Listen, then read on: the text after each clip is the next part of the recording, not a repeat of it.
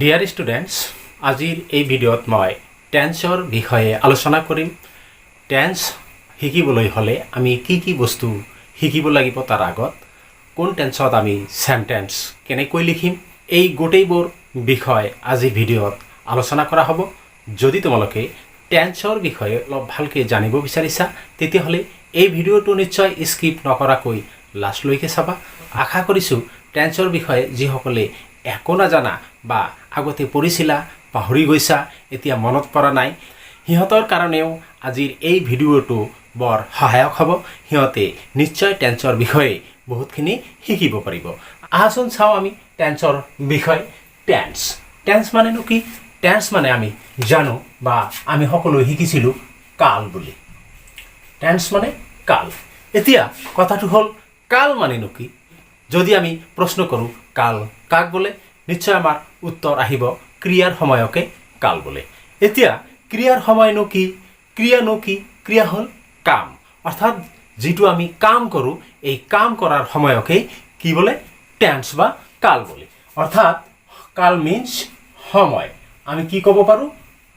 কাল মিন্স সময়।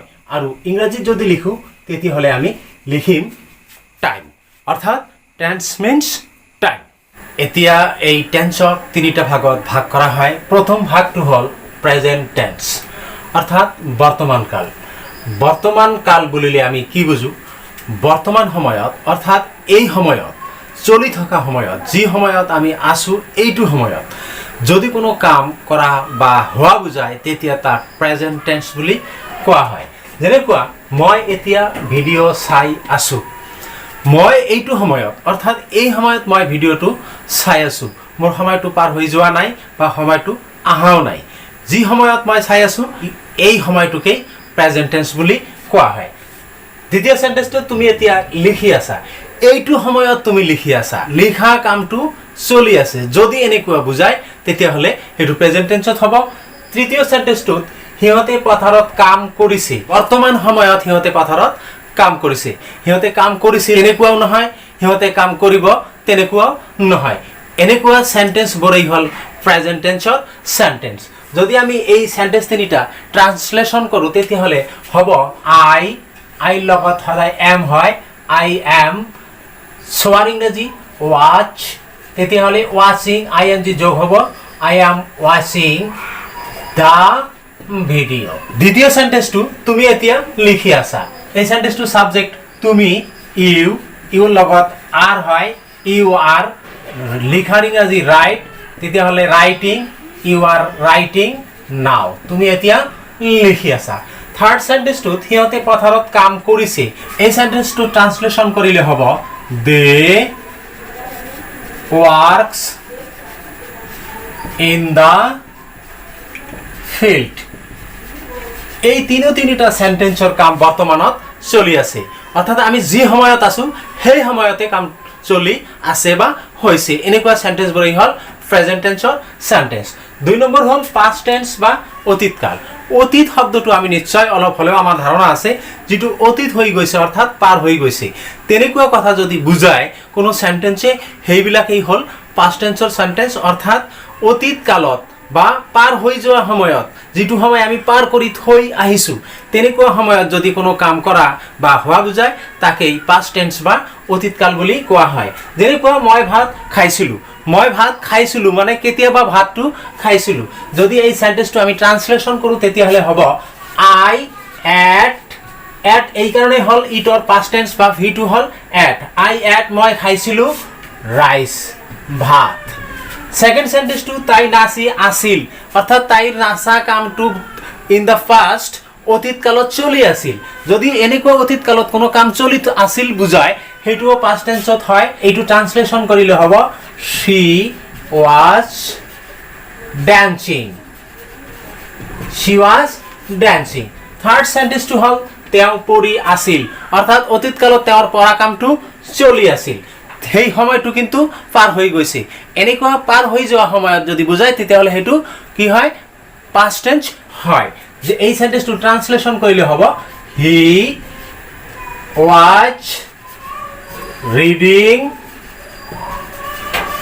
he was reading তেওঁ কি পঢ়ি আছিল সেইখিনি পিছৰ কথা, আমি সেইখিনি তাৰ পিছত যিকোনো এটা অবজেক্ট লগাই দিলে হৈ যাব।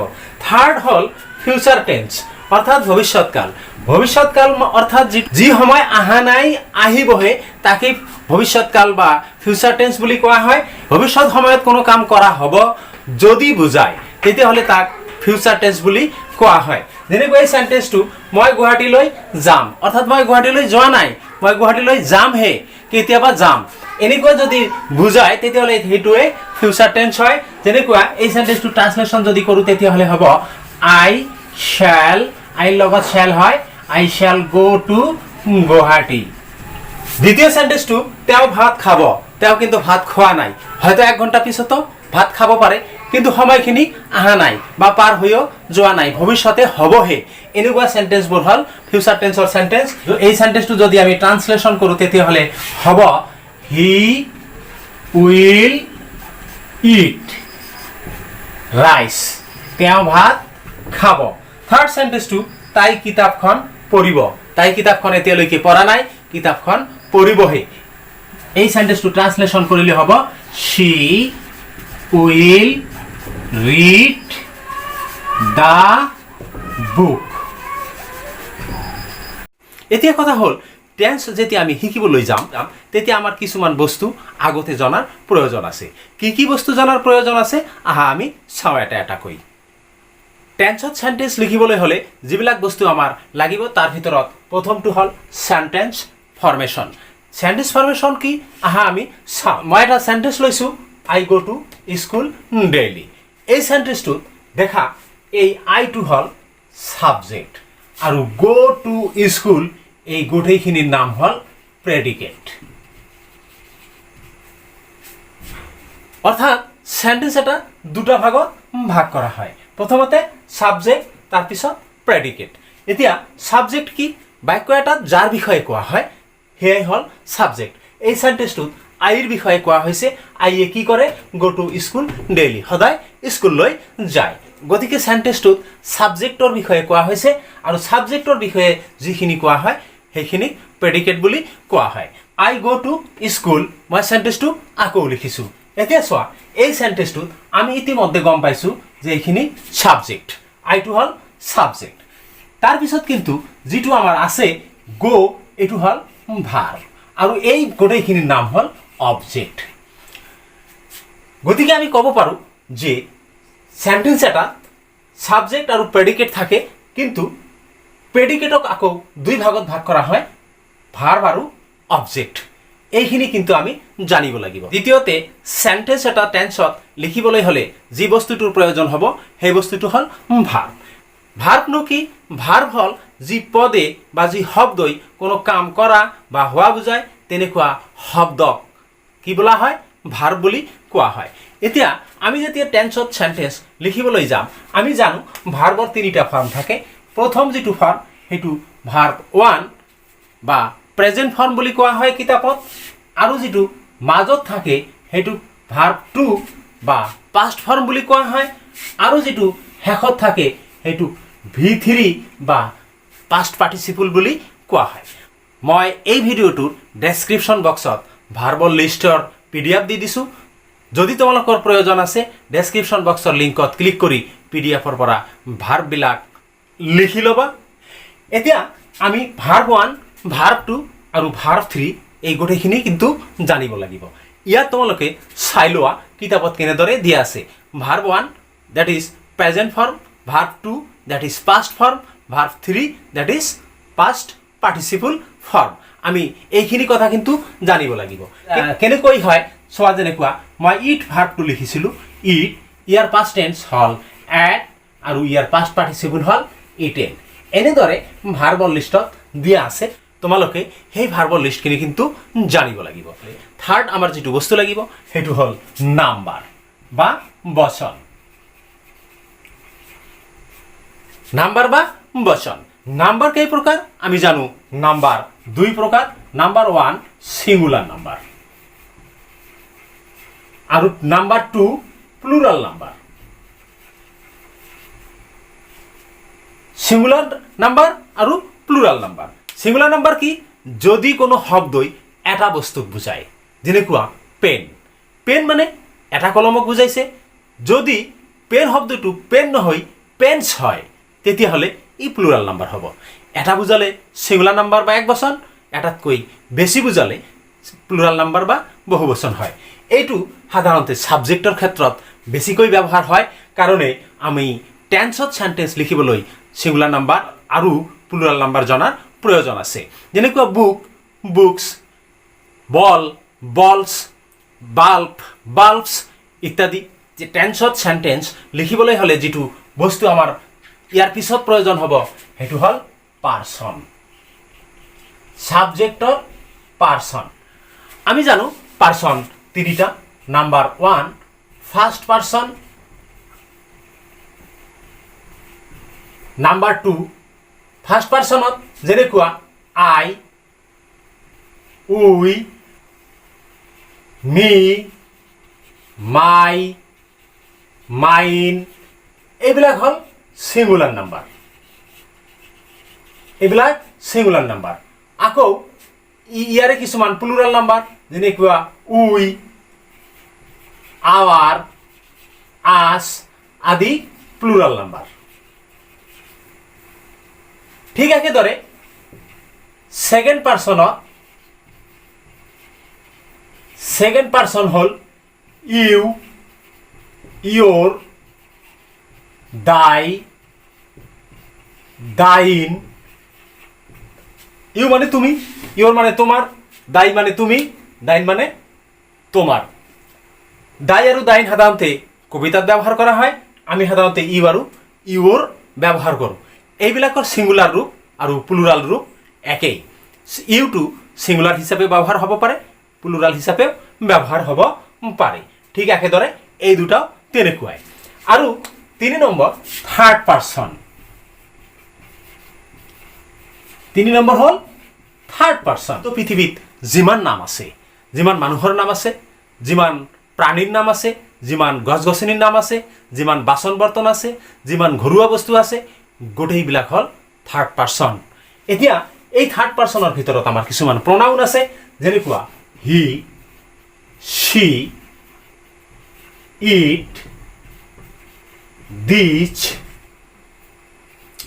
দ্যাট আৰু যিমান নাম বা নেম আছে যেনেকুৱা সীতা, ৰাম, বিপুল, হৰি, কমল, অনিতা, বিনীতা এনেকুৱা বিভিন্ন নাম হ'ব পাৰে।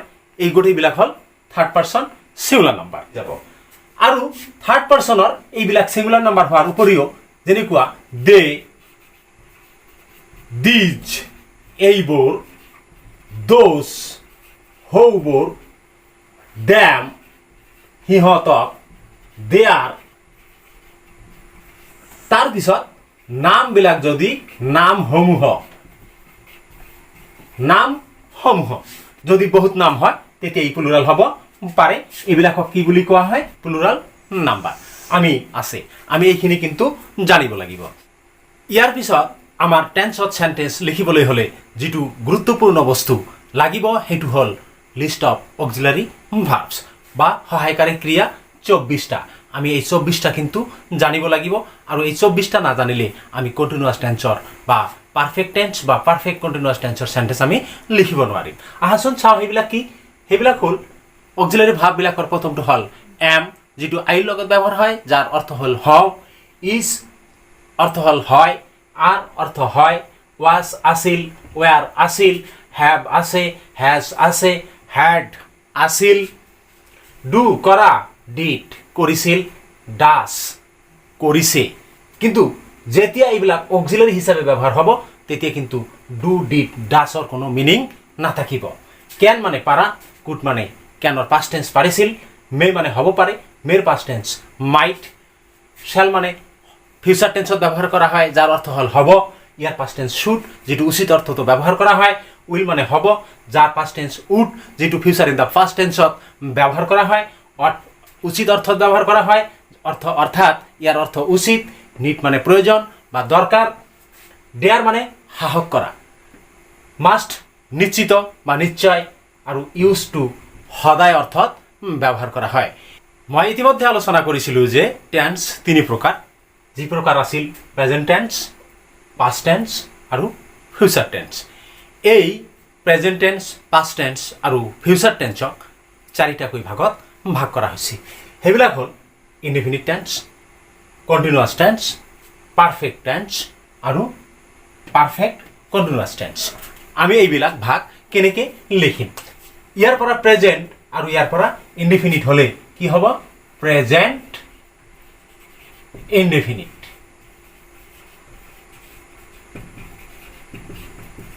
ঠিক একেদৰে ইয়াৰ পৰা প্ৰেজেণ্ট আৰু ইয়াৰ পৰা কণ্টিনিউৱাছ, প্ৰেজেণ্ট কণ্টিনিউৱাছ। ইয়াৰ পৰা প্ৰেজেণ্ট এই পাৰফেক্ট, প্ৰেজেণ্ট পাৰফেক্ট। ইয়াৰ পৰা প্ৰেজেণ্ট, তাৰপিছত পাৰফেক্ট কণ্টিনিউৱাছ। চাৰি প্ৰকাৰ হ'ল present indefinite, present continuous, present perfect, present perfect continuous. ঠিক একেদৰে ইয়াৰ পৰা আমি পাষ্টটো লিখিলোঁ, ইয়াৰ পৰা আমি ইনডিফিনিট আনিলোঁ, পাষ্ট ইনডিফিনিট। ইয়াৰ পৰা পাষ্ট আমি লৈছোঁ, ইয়াৰ পৰা কণ্টিনিউৱাছ আনিছোঁ, পাষ্ট কণ্টিনিউৱাছ। ইয়াৰ পৰা পাষ্ট লৈছোঁ, ইয়াৰ পৰা পাৰফেক্ট আমি লৈছোঁ, ইয়াৰ পৰা পাষ্ট লৈছোঁ আৰু ইয়াৰ পৰা পাষ্ট পাৰফেক্ট কণ্টিনিউৱাছ লৈছোঁ, পাষ্ট পাৰফেক্ট কণ্টিনিউৱাছ। ঠিক একেদৰে এইখিনিৰ পৰা আমি ফিউচাৰ ইয়াত বহুৱাইছোঁ, এইখিনিৰ পৰা আমি ইনডিফিনিট বহুৱাইছোঁ, ফিউচাৰ ইনডিফিনিট। ইয়াৰ পৰা ফিউচাৰ লৈছোঁ,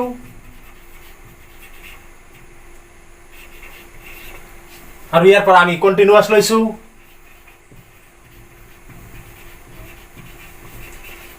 ফিউচাৰ কণ্টিনিউৱাছ, ইয়াৰ পৰা আমি ফিউচাৰ লৈছোঁ, ইয়াৰ পৰা পাৰফেক্ট লৈছোঁ, ফিউচাৰ পাৰফেক্ট। তাৰপিছত ইয়াৰ পৰা আমি ফিউচাৰ লৈছোঁ আৰু ইয়াৰ পৰা পাৰফেক্ট কণ্টিনিউৱাছ লৈছোঁ।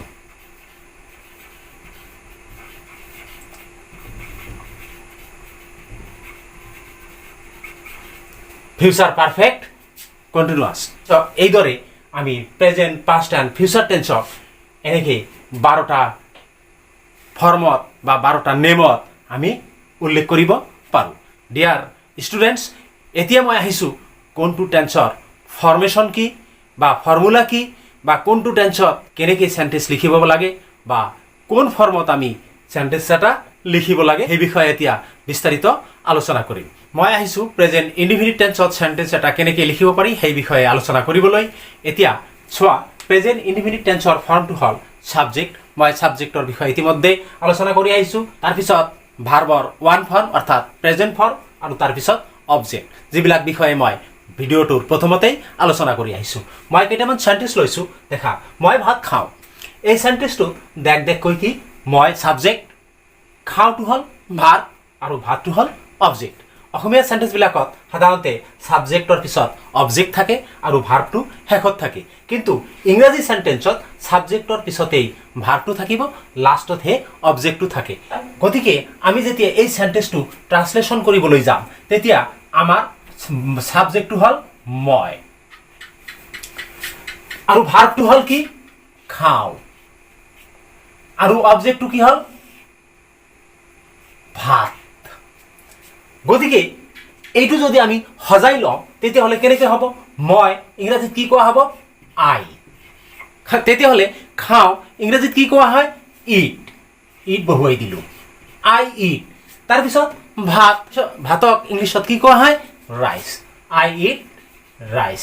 এনেদৰে ছাবজেক্ট, ভাৰ্ব আৰু অবজেক্ট দি প্ৰেজেণ্ট ইনডিফিনিট টেন্সত চেণ্টেন্স লিখা হয়। ডিয়াৰ ষ্টুডেণ্টছ, তুমি স্কুললৈ খোজকাঢ়ি যোৱা, এইটো চেণ্টেন্সত তেতিয়াহ'লে ওপৰৰ চেণ্টেন্সটোৰ দৰেই তুমিটো হল সাবজেক্ট, খোজকাঢ়ি যোৱাটো হল ভাৰ্ব, স্কুল লৈ এইখিনি হল object.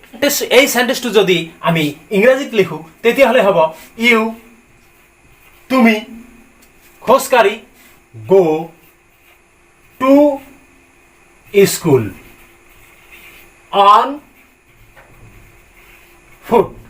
You go to school on foot, তুমি স্কুললৈ খোজকাঢ়ি যোৱা। এইটো সাবজেক্ট, এইটো verb, to school on foot এইখিনি অবজেক্ট। সূৰ্য পশ্চিমত মাৰ যায়, থাৰ্ড সেন্টেন্স। ইয়াৰ পৰা আমি কি বুজিছো, মই পিছলৈ আহি আছো। সূৰ্যটো হল সাবজেক্ট, মাৰ যায় ভাৰ্ব, পশ্চিমত হল অবজেক্ট। দেখা এই সেন্টেন্সটো যদি আমি ইংৰাজীত লিখো তেতিয়াহ'লে হ'ব দ্য সান, মাৰ যোৱাৰ ইংৰাজী sets, the sun sets, sun subject, sets verb. সানৰ লগত সেটস কিয় হল, ইতিমধ্যে মই কৈছো যদি কোনো সেন্টেন্সৰ subject third person singular number হয় তেতিয়াহ'লে ভাৰ্বৰ লগত এছ অৰ ইএছ যোগ হয়। দ্য সান সেটস ক'ত, ইন দ্য ওয়েস্ট, পশ্চিমত মাৰ যায়। The sun sets in the west. এইটোৱে কি বুজাইছে, মই ভাত খাওঁ, মই সদায় ভাত খাওঁ। দ্বিতীয় সেন্টেন্সটো তুমি স্কুললৈ খোজকাঢ়ি যোৱা, এইটো তোমাৰ এই সেন্টেন্স দুটাই কিন্তু আমাৰ অভ্যাসগত কাম কৰা বুজাইছে। অৰ্থাৎ অভ্যাসগত কামবিলাক প্ৰেজেন্ট ইনডিফিনিট টেন্সত আমি লিখিব লাগে। তৃতীয় সেন্টেন্সটো সূৰ্য পশ্চিমত মাৰ যায়, সূৰ্য পূবফালে উদয় হয়, ৰাতি তৰাবোৰে তীৰ বিৰাই, ৰাতি চন্দ্ৰ ওলায়, এনেকুৱা চিৰতৰ সত্য অৰ্থাৎ চিৰসত্য বাক্যবিলাক কি প্ৰেজেন্ট ইনডিফিনিট টেন্সত ব্যৱহাৰ কৰা হয়। তৃতীয়তে মই দিলো তাই নাছিলে, এইবিলাক কাম কিন্তু মুহূৰ্ততে হৈছে। মুহূৰ্ততে কোনো কাম কৰা, যেনেকুৱা মই দিলো, তুমি কি দিলা, মই দিলো, কি দিছো সেইটো পিছৰ কথা, মই দিলো, মই নিলো, মই খালো, মই বহিলো, মই শুলো, মই উঠিলো, এনেকুৱা আমি হৰদম সেন্টেন্সবিলাক কৈ থাকো। কিন্তু এইবিলাক সেন্টেন্সৰ লগত সাধাৰণতে অবজেক্ট ব্যৱহাৰ কৰা নহয়। এনেকুৱা সেন্টেন্সবিলাক অৰ্থাৎ মুহূৰ্ততে ব্যৱহাৰ কৰা সেন্টেন্সবিলাক আমি প্ৰেজেন্ট ইনডিফিনিট টেন্সত ব্যৱহাৰ কৰিব পাৰি। যেনেকুৱা এই সেন্টেন্সটো যদি মই লিখো তেতিয়াহ'লে আই গিভ, she dances।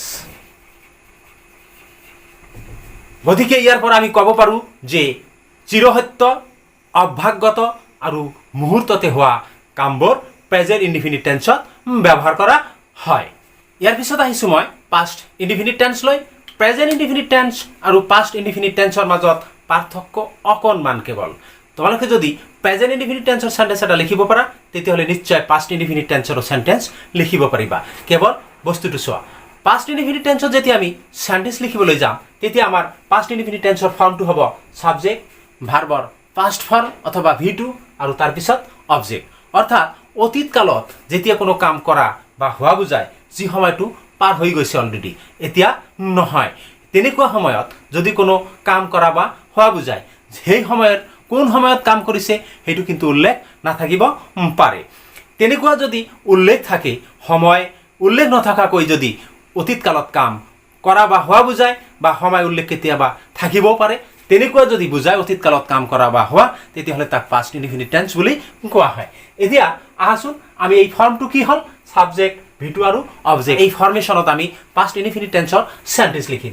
মই ভাত খাইছিলো, দেখকৈ এই সেন্টেন্সটোত মই সাবজেক্ট, খাইছিলো ভাৰ্ব আৰু ভাত হ'ল অবজেক্ট। তেতিয়াহ'লে মই আমি প্ৰেজেন্ট ইনডিফিনিট টেন্সত লিখিছো ইট, ইয়াৰ V2 হ'ল এট, আই এট। তাৰপিছত যি ৰাইচ প্ৰেজেন্ট ইনডিফিনিট টেন্সত লিখিছিলা সেইটো লিখি দিয়া, কেৱল এইটোহে চেঞ্জ হ'ল, বাকী গোটেই ঠিকেই থাকি গ'ল। তুমি স্কুললৈ গৈছিলা, তুমিৰ ইংৰাজী ইউ, যোৱাৰ ইংৰাজী গো, ইয়াৰ V2 ৱেণ্ট, তেতিয়াহ'লে ই ৱেণ্ট, তুমি গৈছিলা কলৈ, টু স্কুল, স্কুললৈ। সেন্টেন্স হৈ গ'ল। নিশ্চয় একো অসুবিধা নহ'ব। প্ৰেজেন্ট ইনডিফিনিট টেন্সত সেন্টেন্স লিখিব পাৰিলেই পাষ্ট ইনডিফিনিট টেন্সত সেন্টেন্স লিখিব পাৰিবা। তাৰপিছত তেওঁ এটা ছাতি কিনিছিল, তেওঁ যেহেতু সাবজেক্ট হ'ব গতিকে তেওঁৰ ইংৰাজী কি, হি। তেওঁ কিনিছিল, কিনিছিলৰ কিনাৰ ইংৰাজী বাই, তেতিয়াহ'লে ইয়াৰ ইংৰাজী বট, BOUGHT। হি বট, কি কিনিছিল, an umbrella. He bought an umbrella.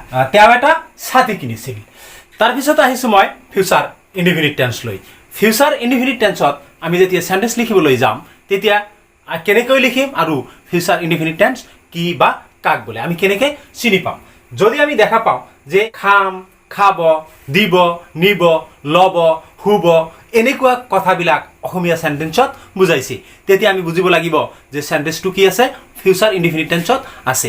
অৰ্থাৎ ইন ফিউচাৰ যিটো সময় আহা নাই, আহিবহে, তেনেকুৱা সময়ত যদি কাম কৰা হ'ব বুজায় তেতিয়াহ'লে তাক ফিউচাৰ ইনডিফিনিট টেন্স বুলি কোৱা হয়। এনেকুৱা সেন্টেন্সবিলাক আমি কেনেকৈ চিনি পাম? এই সেন্টেন্সবিলাকত আমি খাম, দিম, নিম, ল'ম, শুব, দিব এনেকুৱা কিন্তু কথা উল্লেখ থাকিব। তেতিয়া আমি ছাবজেক্ট, তাৰপিছত শ্যাল উইল, ভাৰ্ব ওৱান আৰু তাৰপিছত অবজেক্ট বহুৱাই সেন্টেন্স আমি লিখিব লাগিব। প্ৰশ্ন হ'ব পাৰে যে আমি শ্যাল কাৰ লগত বহুৱাম আৰু উইল কাৰ লগত বহুৱাম। যদি তোমালোকে বিস্তাৰিত ইয়াৰ বিষয়ে জানিব বিচৰা তেতিয়াহ'লে এই চেনেলৰ প্লেলিষ্টত গৈ পেলাই টেন্স ভিডিঅ'ৰ পৰা ফিউচাৰ ইনডিফিনিট টেন্সৰ যি ভিডিঅ'টো আছে সেইটো তোমালোকে স্কিপ নকৰাকৈ চাই ল'বা।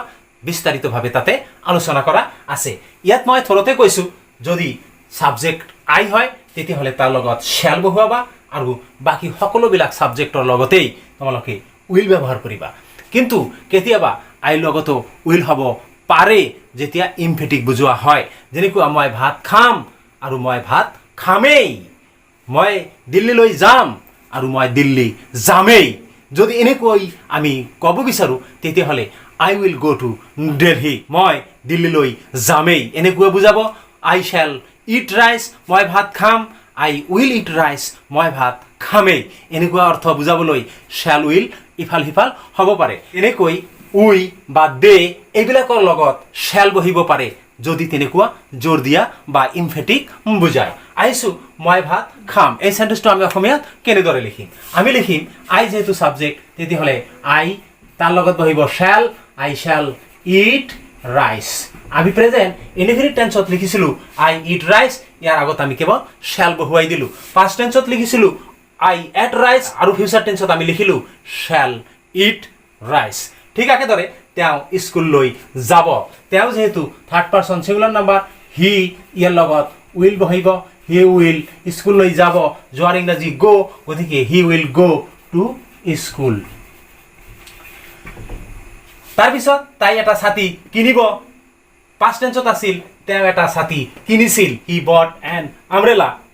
ফিউচাৰ টেন্সত তাই এটা ছাতি কিনিব, যিহেতু তাই, গতিকে ইয়াত আহিল সি কিনিব, সিৰ লগত বহিব will, she will buy, V one form বহিব ইয়াৰ লগত, তাৰপিছত she will buy an umbrella.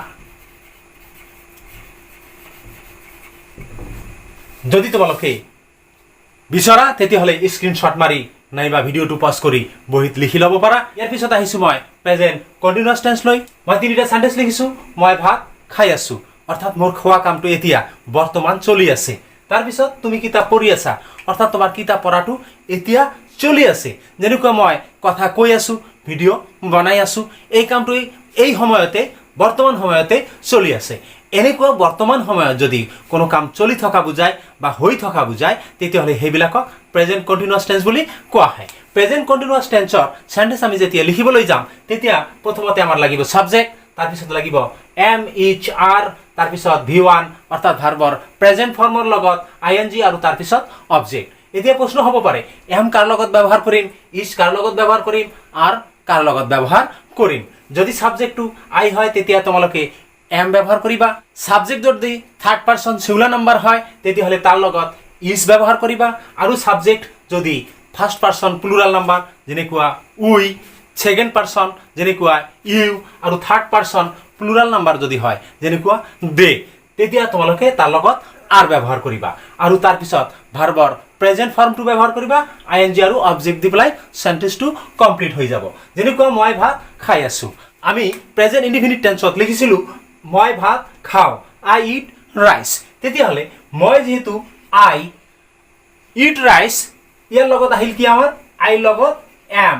তাৰপিছত খোৱাৰ ইংৰাজী কি ইট তেতিয়াহ'লে ইট লিখা আৰু ইয়াৰ লগত এই আইএনজিটো বহুৱাই দিয়া আই এম ইটিং ৰাইচ এনেকুৱা আৰু বহুত সেন্টেন্স লিখিব পাৰিবা যেনেকুৱা I am making a video মই এটা ভিডিও বনাই আছো the light is shining লাইটটো পোহৰ দি আছে এনেকে আৰু বহুত সেন্টেন্স হ'ব পাৰে তুমি কিতাপ পঢ়ি আছা তুমি ইংৰাজী কি ইউ পঢ়াৰ ইংৰাজী ৰিড তেতিয়াহ'লে ইউৰ লগত কি হয় মই ইতিমধ্যে কৈছো যে ইউৰ লগত কি হ'ব আৰ ব্যৱহাৰ হ'ব ইউ আৰ ৰিড পঢ়াৰ ইংৰাজী ৰিড ইউ আৰ ৰিড তাৰ লগত আইএনজি যোগ দিয়া ইউ আৰ ৰিডিং কি কি পঢ়ি আছে কিতাপ ইউ আৰ ৰিডিং বুক সিহঁতে পথাৰত খেলি আছে সেন্টেন্সটোৰ সাবজেক্ট দে সিহঁত দেৰ লগত কি হয় আৰ দে আৰ খেলাৰ ইংৰাজী কি প্লে খেলাৰ ইংৰাজী প্লে গতিকে তাৰ লগত কি আইএনজি যোগ দিয়া দে আৰ প্লেয়িং ক'ত খেলি আছে ইন দ্য ফিল্ড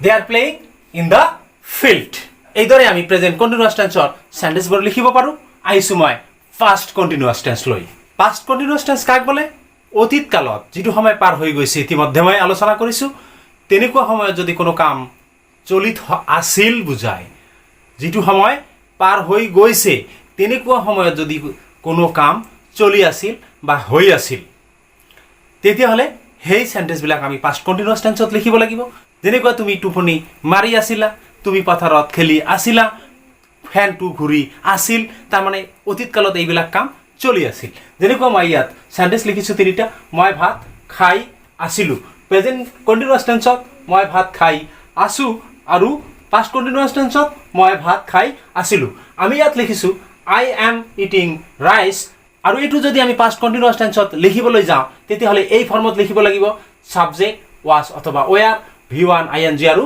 অবজেক্ট এইটো ফৰ্মত আমি লিখিব লাগিব আৰু এই ফৰ্মটোত লিখিলে দেখা যায় যে য'ত কেৱল এম ইজ আৰ আছিল তাত কেৱল ৱাজ আৰু ওয়াৰ আহিছে আৰু বাকি গোটেইখিনি একেই আছে গতিকে আই লগত সিঙ্গুলাৰ নাম্বাৰ যাৰ কাৰণে ৱাজ হ'ব আই ৱাজ তাৰপিছত ইট ভি1 আইএনজি লগাই দিয়া আই ৱাজ ইটিং ৰাইচ একেবাৰে সহজ প্ৰেজেন্ট কন্টিনিউয়াছ টেন্সত য'ত এম ইজ আৰ আছিল তাত কেৱল ৱাজ ওয়াৰ বহিছে ৱাজ যদি সাবজেক্ট সিঙ্গুলাৰ নাম্বাৰ হয় তেতিয়াহ'লে ৱাজ হ'ব আৰু সাবজেক্ট যদি প্লুরাল নাম্বার হয় তেতিয়াহ'লে ওয়ার হ'ব এইখিনি এই কথা বাকি গোটেইখিনি ঠিকই তুমি কিতাপ পঢ়ি আছিলা তেতিয়াহ'লে ইউ ওয়ার রিডিং বুক সিহঁতে পথাৰত খেলি আছিল সিহঁতৰ খেলা কামটো চলি আছিল গতিকে দে ওয়ার যেহেতু সাবজেক্ট প্লুরাল নাম্বার যার কারণে ওয়ার হল they were playing in the field আমি এইদৰে পাষ্ট কন্টিনিউয়াছ টেন্সৰ সেন্টেন্স লিখিব পাৰি আহিছোঁ মই ফিউচাৰ কন্টিনিউয়াছ টেন্স লৈ ফিউচাৰ কন্টিনিউয়াছ টেন্স কাক বোলে ইয়াৰ ফৰ্মুলাটো কি প্ৰথমতে সেন্টেন্স কেইটামান চোৱা মই ভাত খাই থাকিম প্ৰেজেন্ট কন্টিনিউয়াছ টেন্সত আছিল মই ভাত খাই আছোঁ পাষ্টত আছিল মই ভাত খাই আছিলোঁ কেৱল পাৰ্থক্য হৈছে কি এমৰ ঠাইত ৱাজ বহিছে আৰু বেলেগ কিন্তু একো পাৰ্থক্য হোৱা নাই চোৱা ফিউচাৰ কন্টিনিউয়াছ টেন্সতো কিন্তু পাৰ্থক্য একো নহ'ব কেৱল ক'ত পাৰ্থক্য হ'ব চোৱা ফিউচাৰ কন্টিনিউয়াছ টেন্সৰ সেন্টেন্স আমি যেতিয়া লিখিম তেতিয়া আমাৰ হ'ব প্ৰথমতে সাবজেক্ট তাৰপিছত শ্যাল উইল আৰু বি য'ত আমাৰ এম আছিল বা ৱাজ আছিল তাত শ্যাল অথবা উইল দুটাৰ এটা আৰু তাৰ লগত আমি বিটোহে কেৱল যোগ দিব লাগিব আমি যেনেদৰে শ্যাল উইল ফিউচাৰ ইনডিফিনিট টেন্সত ব্যৱহাৰ কৰি আহিছোঁ সাবজেক্ট হিচাপে যে যদি সাবজেক্ট আই হয় তেতিয়াহ'লে শ্যাল আৰু আইৰ বাহিৰে যদি সাবজেক্ট হয় তেতিয়াহ'লে উইল আমি ব্যৱহাৰ কৰিম তাৰ লগত বি যোগ কৰিম আৰু বাকিখিনি এই টেন্সৰ দৰেই একে থাকিব যদি মই ভাত খাই থাকিম এই সেন্টেন্সটো আমি লিখিবলৈ যাওঁ নিশ্চয় তোমালোকৰ কাৰণে সহজ হৈ পৰিছে গতিকে কি লিখিম আমি আই মই যেহেতু আছে তেতিয়াহ'লে য'ত ৱাজ আছিল নাইবা এম আছিল তাত আমি কি বহুৱাম শ্যাল বি অথবা উইল বি যেহেতু আই আছে আমি কি বহুৱাম shall be I shall be তাৰপিছত ভাত কি খাই থাকিম একই কথা I shall be eating rice নিশ্চয় তোমালোকে বুজিব পাৰিছা সেন্টেন্স কেনেদৰে হয় একো পৰিৱৰ্তন নহয়, টেন্স একো টান বস্তু নহয়। ঠিক একেদৰে তেওঁ কিতাপ পঢ়ি থাকিব। তুমি কিতাপ পঢ়ি আছিলা, তুমি কিতাপ পঢ়ি আছা।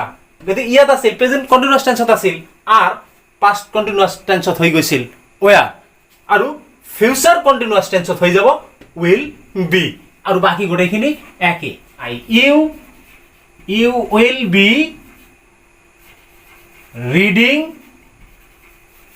বুক। তুমি কিতাপ পঢ়ি থাকিবা। কেৱল কি হল ওয়াজ নাইবা আৰৰ ঠাইত উইল বি হল, বাকি গোটেইখিনি কিন্তু একেই। ঠিক একেদৰে সিহঁতে পথাৰত খেলি থাকিব।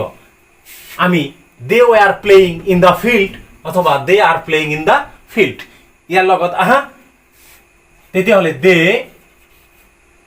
উইল, দে লগত উইল হ'ব, বি প্লেৰ ভাৰ্বৰ লগত ING, they will be playing in the field. এনেদৰে আমি ফিউচাৰ কণ্টিনিউয়াছ টেন্সৰ সেন্টেন্সবিলাক লিখিব পাৰিম। এতিয়া মই আহিছোঁ প্ৰেজেন্ট পাৰফেক্ট টেন্স লৈ। প্ৰেজেন্ট পাৰফেক্ট টেন্সৰ সেন্টেন্স কোনবোৰ আৰু আমি সেন্টেন্স কেনেকৈ লিখিম। প্ৰেজেন্ট পাৰফেক্ট টেন্সত চোৱা, মই ভাত খালোঁ, অৰ্থাৎ বৰ্তমান কালত কামটো শেষ হৈ গৈছে। কামটো শেষ হ'ল, এইমাত্ৰ শেষ হ'ল, অলপ আগতে শেষ হ'ল বা ইতিমধ্যে শেষ হ'ল। কামটো শেষ হৈ গৈছে, কিন্তু তাৰ এটা ৰেজাল্টো থাকিব পাৰে। যেনেকুৱা মই ভাত খালোঁ, ৰেজাল্টটো হ'ল বা ইয়াৰ ফলাফলটো হ'ল, তাৰ মানে মোৰ পেটটো এতিয়া ভৰা আছে। সেকেন্ড সেন্টেন্সটো তাই তাজমহল দেখিছে। তাই তাজমহল দেখিছে মিন্স কি, তাই এতিয়া তাজমহলৰ বিষয়ে ক'ব পাৰিব। তাজমহল দেখাৰ ৰেজাল্টটো হ'ল, তাই তাজমহলৰ বিষয়ে ক'ব পাৰিব। থাৰ্ড, সিহঁতে ঘৰত আহিল। সিহঁতে ঘৰত আহিল, ইয়াৰ এটা ৰেজাল্ট আছে। সিহঁতে ঘৰত আহিল মানে কি, এতিয়া ঘৰত আছে। এনেকুৱা সেন্টেন্সবিলাক অলপ আগতে কামটো শেষ হৈ গৈছে, তাৰ ফলাফলো আছে, তেনেকুৱা যদি বুজায় তেতিয়াহ'লে সেইবিলাক সেন্টেন্স আমি প্ৰেজেন্ট পাৰফেক্ট টেন্সত লিখিব লাগে। প্ৰেজেন্ট পাৰফেক্ট টেন্সত আমি যেতিয়া সেন্টেন্স লিখিবলৈ যাম, তেতিয়া আমি প্ৰথমতে লিখিব লাগিব সাবজেক্ট, তাৰপিছত হেভ অথবা হেজ, আৰু তাৰপিছত V3 অবজেক্ট। এতিয়া প্ৰশ্ন হ'ব পাৰে, হেভ আমি কাৰ লগত ব্যৱহাৰ কৰিম, হেজ কাৰ লগত ব্যৱহাৰ কৰিম। আইৰ লগত হেভ ব্যৱহাৰ কৰিবা, উইল লগত হেভ ব্যৱহাৰ কৰিবা, ইউৰ লগত হেভ ব্যৱহাৰ কৰিবা, দেৰ লগত হেভ ব্যৱহাৰ কৰিবা, আৰু যদি কোনো সেন্টেন্সৰ সাবজেক্ট প্লুৰাল নাম্বাৰ হয় তেতিয়াহ'লে তাৰ লগত হেভ ব্যৱহাৰ কৰিবা, আৰু যদি কোনো সেন্টেন্সৰ সাবজেক্ট সিঙ্গুলাৰ নাম্বাৰ হয় তেতিয়াহ'লে তাৰ লগত হেজ ব্যৱহাৰ কৰিবা। এই বিষয়ে বিস্তাৰিত জানিবলৈ তোমালোকে প্লেলিষ্টত গৈ পেলাই প্ৰেজেন্ট পাৰফেক্ট টেন্সৰ ভিডিঅ'টো চাব পাৰা।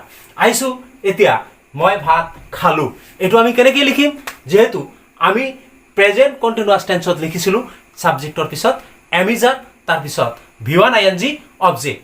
আমাৰ ইয়াত কেৱল সাবজেক্টৰ পিছত এমিজাৰৰ ঠাইত কি আহিল, হেভ অৰ হেজ, আৰু ভাৰ্ব 1ৰ ঠাইত আহিল কি, ভাৰ্ব 3। বাকি কিন্তু সাবজেক্ট অবজেক্ট ঠিকেই থাকিব।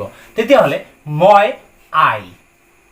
আইৰ লগত কি হয়, ইতিমধ্যে কৈছোঁ হেভ, আই হেভ, তাৰপিছত it, year V3 eaten, I have eaten, তাৰপিছত ভাতৰ ইংৰাজী rice, I have eaten rice. মই ভাত খালোঁ। তাই তাজমহল দেখিছে, তাই কি হ'ব, এইটো সাবজেক্ট, দেখিছে এইটো ভাৰ্ব, সি, সিৰ লগত কি হ'ব, হেজ, আৰু সি দেখাৰ ইংৰাজী সি, যাৰ V3 seen, she has seen the Taj Mahal. She has seen the Taj Mahal, তাই তাজমহল দেখিছে। সিহঁতে ঘৰত আহিল, এই সেন্টেন্সটো সিহঁত হল সাবজেক্ট, গতিকে সিহঁতৰ ইংৰাজী দে, দেৰ লগত কি হয়, হেভ, দে হেভ, আহিল, আহাৰ ইংৰাজী কাম, কাম কেম কাম, ইয়াৰ V3 কামেই হয়, দে হেভ কাম হোম, সিহঁতে ঘৰলৈ আহিল। এইদৰে আমি প্ৰেজেন্ট পাৰফেক্ট টেন্সৰ সেন্টেন্সবিলাক লিখোঁ। আহিছোঁ most important tense past perfect লৈ। মই পাৰফেক্ট টেন্সৰ মাত্ৰ দুটা সেন্টেন্স ইয়াত লিখি ৰাখিছোঁ। বৰষুণ অহাৰ আগতে মই ঘৰ পাইছিলোঁ, আৰু দেউতা অহাৰ পিছত মই পঢ়িবলৈ লৈছিলোঁ। দেখা এই সেন্টেন্স দুটাত দুটাকৈ কৰ্ম আছে, যেনেকুৱা বৰষুণ অহাৰ আৰু মই ঘৰ পোৱা, দেউতা অহা আৰু মই পঢ়িবলৈ লোৱা। দুটাকৈ কাম আছে। গতিকে মই ইয়াত দুটা ফৰ্মুলা বা দুটা ফৰ্মেশ্যন উল্লেখ কৰিছোঁ। এটাত হ'ল যিটো সেন্টেন্সত আগত কথাটো আছে বিফোর যদি কোনো সেন্টেন্সত থাকে নাইবা আগত কথাটো থাকে তেতিয়া আমি সেন্টেন্সটো কেনেকৈ লিখিম, আৰু পিছত বা আফটাৰ যদি থাকে তেতিয়া আমি সেন্টেন্সটো কেনেকৈ লিখিম। মই দুভাগকৈ উল্লেখ কৰি দিছোঁ। যদি কোনো সেন্টেন্সত আগত কথাটো থাকে তেতিয়াহ'লে তোমালোকে সাবজেক্ট হ্যাড তাৰপিছত ডাইৰেক্ট V3 অবজেক্ট তাৰপিছত বিফোৰ কথাটো বহুৱাই দি পিছৰ কামটো দুটা কাম যেহেতু উল্লেখ থাকিব পিছৰটো সাবজেক্ট আৰু ভিটো উল্লেখ কৰিব লাগিব। আৰু যদি কোনো সেন্টেন্সত পিছত কথাটো থাকে তেতিয়াহ'লে সাবজেক্ট তাৰপিছত ভিটো এই পিছৰখিনি আমি আগত আনি দিলোঁ, তাৰপিছত আফটাৰ বহুৱাই এই প্ৰথমখিনি আমি পিছত আনি দিলোঁ। অৰ্থাৎ অতীত কালত দুটা কাম যদি ওচৰা উচৰিকৈ হয়, এটা কামৰ লগত জড়িত যদি আন এটা কাম থাকে তেতিয়াহ'লে যি কামটো আগত হোৱা বুজাব সেইখিনি পাষ্ট পাৰফেক্ট টেন্সত লিখিব লাগিব, আৰু যিটো পিছত হোৱা বুজাব সেইটো পাষ্ট ইনডিফিনিট টেন্সত লিখিব লাগিব। যদি সেন্টেন্সটোত পিছত কথাটো উল্লেখ থাকে অৰ্থাৎ এটা কামৰ পিছত আন এটা কাম হৈছে, যেহেতু পিছত কথাটো উল্লেখ আছে পিছত কথাটো উল্লেখ থাকিলে সাবজেক্ট প্লাস ভিটো আগত লিখি পাষ্ট পাৰফেক্টৰ ফৰ্মটো পিছত লিখিব লাগে। যেনেকুৱা বৰষুণ অহাৰ আগত মই ঘৰ পাইছিলোঁ, তেতিয়াহ'লে এই সেন্টেন্সটোত কোনটো কাম আগত হৈছে, মই ঘৰ পাইছিলোঁ এইটো আগত হৈছে। গতিকে ইয়াৰ ট্ৰান্সলেশ্যনটো কি হ'ব, আই হ্যাড। আইৰ লগত ইয়াত বেলেগ আৰু কোনো অক্সিলাৰি ভাৰ্ব নাই, ডাইৰেক্ট হ্যাডটো বহিব। I had reached home. I had reached home. মই ঘৰ পাইছিলোঁ বা ঘৰত উপস্থিত হৈছিলোঁ কিহৰ আগত, বিফোৰ আগত, বিফোৰ ইট ৰেইনড বৰষুণ অহাৰ আগত মই ঘৰ পাইছিলোঁ। এতিয়া এই সেন্টেন্সটোকেই যদি আমি ওলোটাকৈ কওঁ, মই ঘৰ পোৱাৰ পিছত বৰষুণ আহিছিল, তেতিয়াহ'লে আমি এইটো ফৰ্মুলাত লিখিব লাগিব। যেনেকুৱা দেউতা অহাৰ পিছত মই পঢ়িবলৈ লৈছিলোঁ, তেতিয়াহ'লে এই সেন্টেন্সটোত কোনটো কাম আগত হৈছে, দেউতা ঘৰত আহিছিল এইখিনি আগত হৈছে, আৰু মই পঢ়িবলৈ লৈছিলোঁ এইখিনি পিছত হৈছে।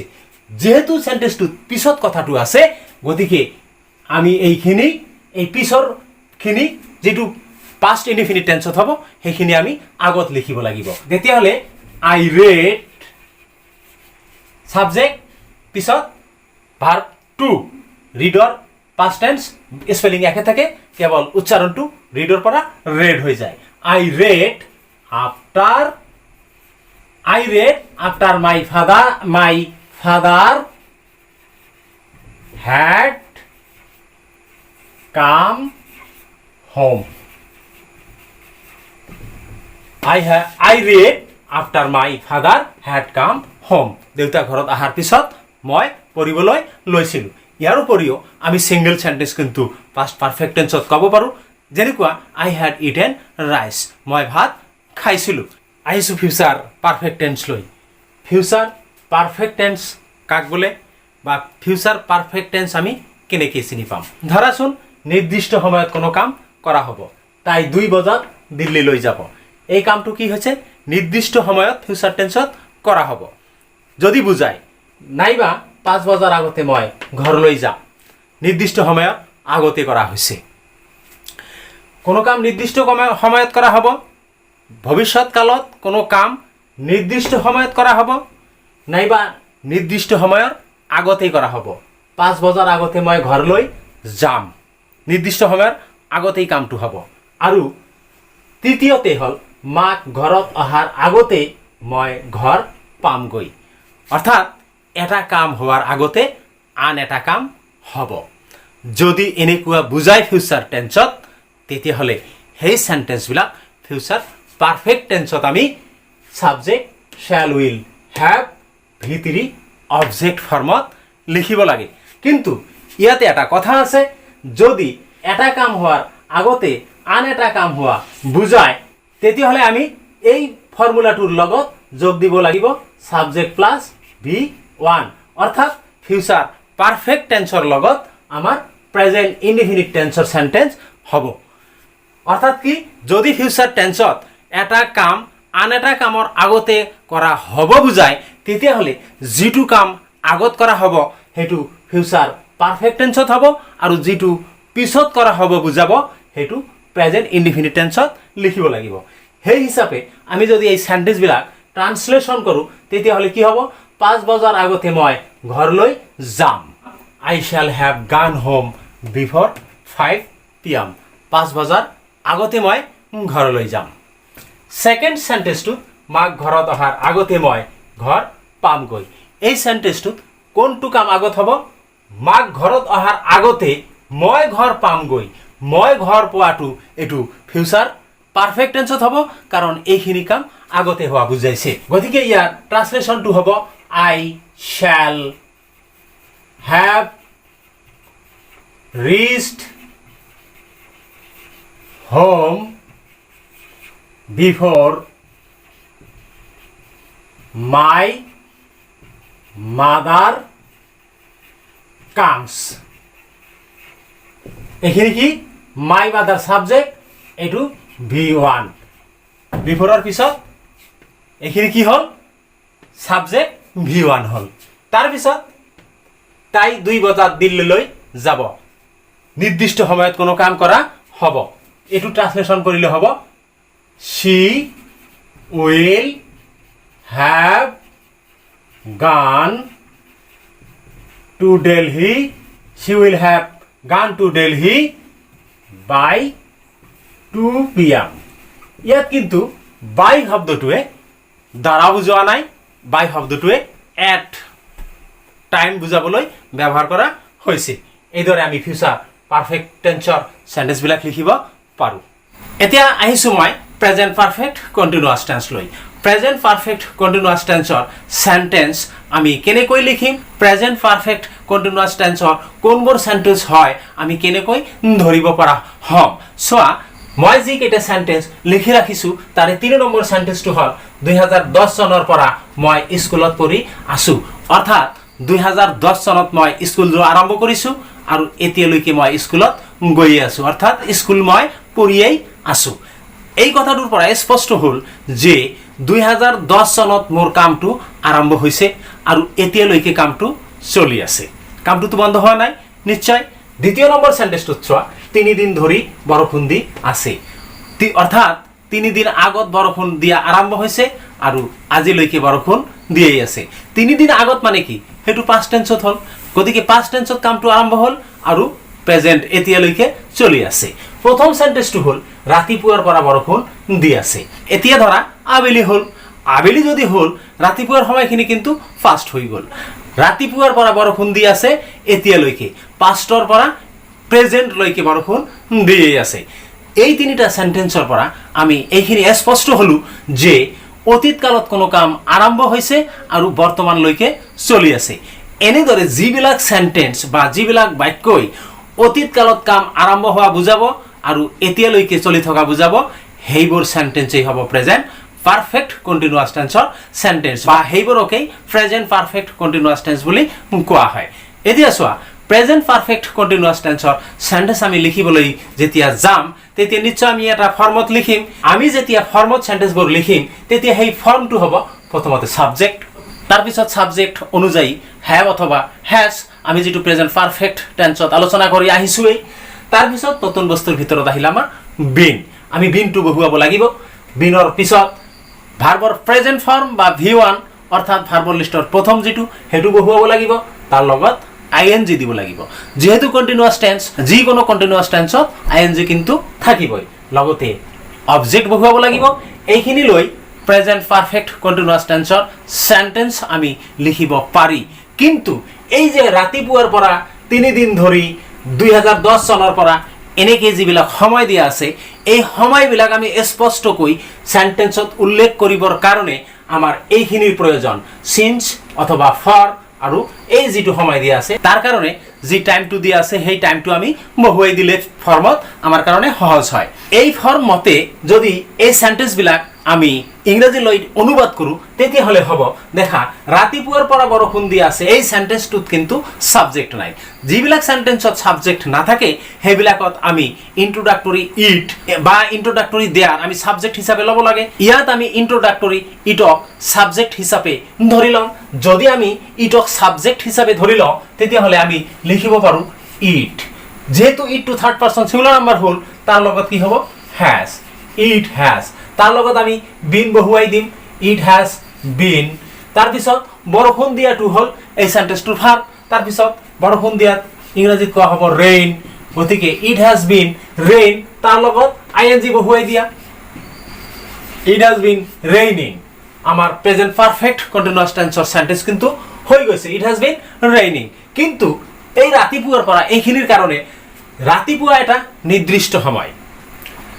এইখিনিতে মই ক'ব বিচাৰিছো যে নিৰ্দিষ্ট সময় যদি কোনো সেন্টেন্সত দিয়া থাকে তেতিয়াহ'লে সেই সেন্টেন্সটোত এইখিনিৰ পিছত সিন্স শব্দটো ব্যৱহাৰ হ'ব আৰু যদি ব্যাপক সময় দিয়া থাকে তেতিয়াহ'লে ফৰ ব্যৱহাৰ হ'ব এতিয়া নিৰ্দিষ্ট সময় আমি কেনেকৈ চিনি পাম যেনেকুৱা ধৰা ৰাতিপুৱা নিৰ্দিষ্ট সময় কিয় নিৰ্দিষ্ট সময় যেতিয়া ৰাতিটো পুৱাইছে তাৰ পিছৰ পৰাই বৰষুণ আৰম্ভ হৈছে গতিকে নিৰ্দিষ্ট এটা সময়ৰ পৰা আৰম্ভ হৈছে তাৰ পিছত 2010 চন 2010 চনটো নিৰ্দিষ্ট কৰি দিছে নিৰ্দিষ্ট হোৱাৰ কাৰণে এই সেন্টেন্স বিলাকত আমাৰ সিন্স ব্যৱহাৰ হ'ব এতিয়া চোৱা দ্বিতীয় সেন্টেন্সটো 3 দিন ধৰি বৰষুণ দি আছে আমি যদি কওঁ দিনটো ধৰি বৰষুণ দি আছে দিনৰ কোনটো সময়ৰ পৰা বৰষুণ দি আছে হেতু কিন্তু আমি গম নাপালো কেৱল বৰষুণ দিনটো ধৰি দি আছে নিৰ্দিষ্ট সময় উল্লেখ কৰা হোৱা নাই যে 2টা বজা বা 3টা বজা বা ৰাতিপুৱা 8 বজাৰ পৰা এনেকুৱা কিন্তু নিৰ্দিষ্ট সময় নাই কি কেৱল কি আছে দিনটো ধৰি বৰষুণ দি আছে এনেকুৱা যদি বুজায় তেতিয়াহ'লে সেই সময়টো নিৰ্দিষ্ট নোহোৱাৰ কাৰণে এটো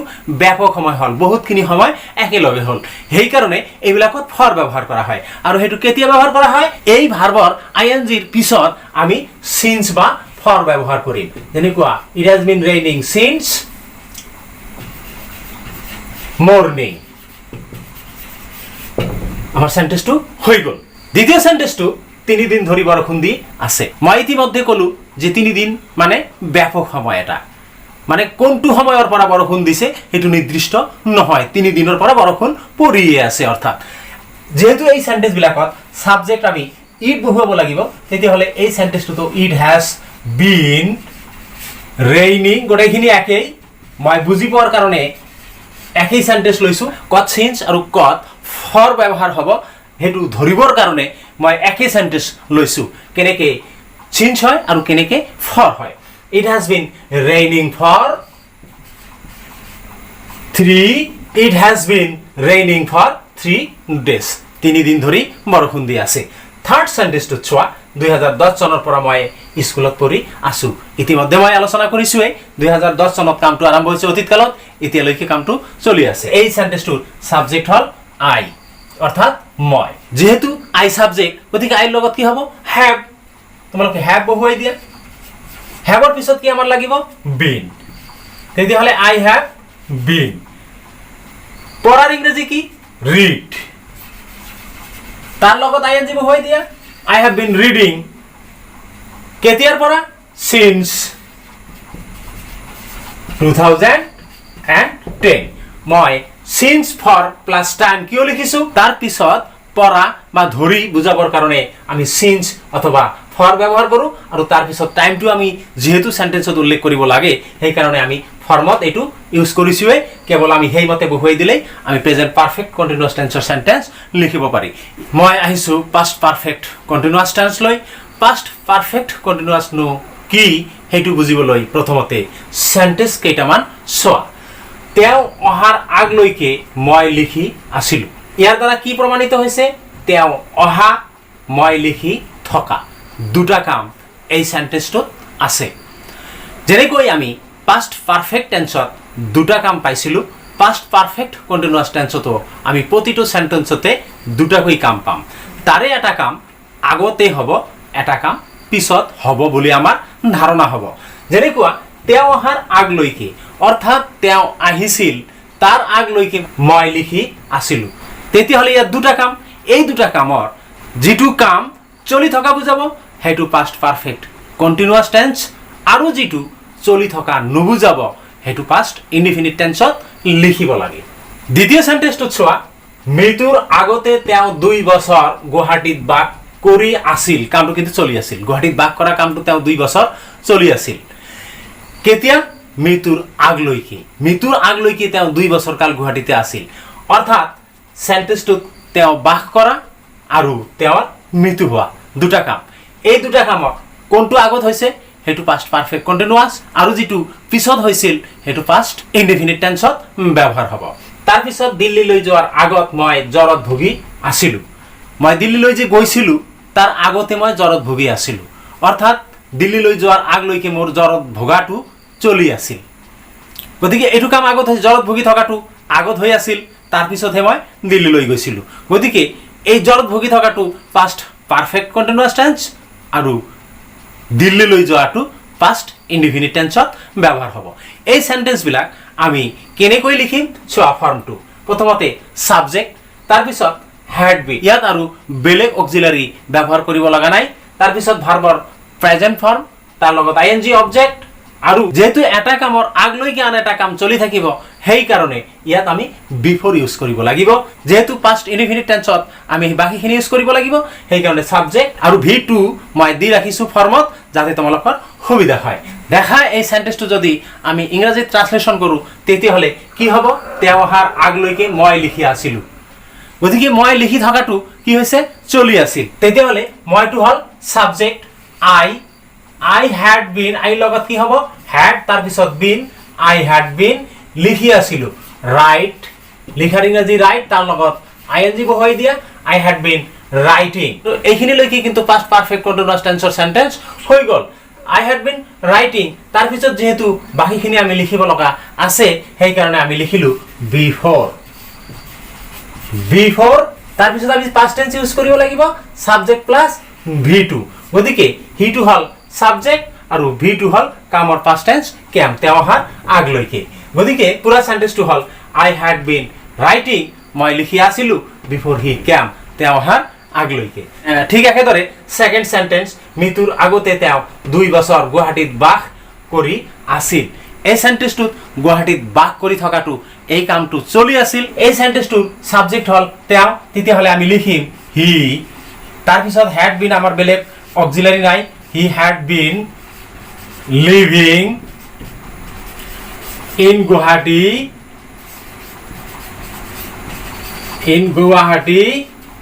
before he died past tense he had been living in Guwahati before he died third সেন্টেন্সটো দিল্লীলৈ যোৱাৰ আগত মই জ্বৰত ভুগি আছিলো মই জ্বৰত ভুগি থকাটো আগত হৈ আছিল গতিকে এইটো কি হ'ব প্ৰথমত আমি পাস্ট পাৰফেক্ট কন্টিনিউয়াস টেন্সত লিখিব লাগিব আমি কেনেকৈ লিখিম I সাবজেক্ট তাৰ পিছত had been তাৰ পিছত ভুগি থকাৰ ইংৰাজী সাফাৰ I had been suffering আৰু সাফাৰিংৰ লগত সদায় from প্ৰিপজিশন ব্যৱহাৰ কৰিব লাগে suffering from fever তাৰ পিছত before বহুৱাই দিয়া before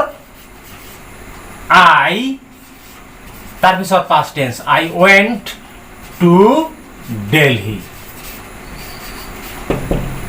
এইদৰে আমি পাস্ট পাৰফেক্ট কন্টিনিউয়াস টেন্সৰ সেন্টেন্স লিখিব পাৰি আশা কৰিছো তোমালোকে বুজিব পাৰিছা আৰু ধৰিব পাৰিছা কেনেকৈ সেন্টেন্স বিলাক আমি বিভিন্ন টেন্সত লিখিব পাৰি এই ভিডিওটোৰ যিবিলাক বস্তু তোমালোকৰ প্ৰয়োজন আছে সেইবিলাক তোমালোকে স্ক্ৰিনশ্বট মাৰি ল'ব পাৰা নাইবা ভিডিও পজ কৰি বহিত লিখি ল'ব পাৰা ফিউচাৰ পাৰফেক্ট কন্টিনিউয়াস টেন্সৰ ব্যৱহাৰ সাধাৰণতে নহয় ফিউচাৰ পাৰফেক্ট কন্টিনিউয়াসৰ যিবিলাক সেন্টেন্স সেইবিলাক সেন্টেন্স আমি ফিউচাৰ পাৰফেক্ট টেন্সতেই ব্যৱহাৰ কৰিব পাৰি আৰু যাৰ কাৰণে ফিউচাৰ পাৰফেক্ট কন্টিনিউয়াস টেন্সৰ সেন্টেন্স প্ৰায় নাই বুলিব পাৰি যাৰ কাৰণে মই ইয়াত আলোচনা নকৰিলো আজিৰ এই ভিডিওত টেন্সৰ বিষয়ে আলোচনা ইমানখিনিয়েই যদি তোমালোকে এই ভিডিওটোৰ পৰা সামান্যতম উপকৃত হৈছা তেতিয়াহ'লে ভিডিওটোত এটা লাইক কৰি দিবা বন্ধু বান্ধৱীলৈ শ্বেয়াৰ কৰি দিবা যাতে সিহঁতেও ইয়াৰ পৰা অলপ উপকৃত হ'ব পাৰে আৰু যদি তুমি এই চেনেলত নতুন আৰু চেনেলটো এতিয়ালৈকে সাবস্ক্ৰাইব কৰা নাই তেতিয়াহ'লে চেনেলটো সাবস্ক্ৰাইব কৰি নটিফিকেশ্যন বেল আইকনটো প্ৰেছ কৰি দিবা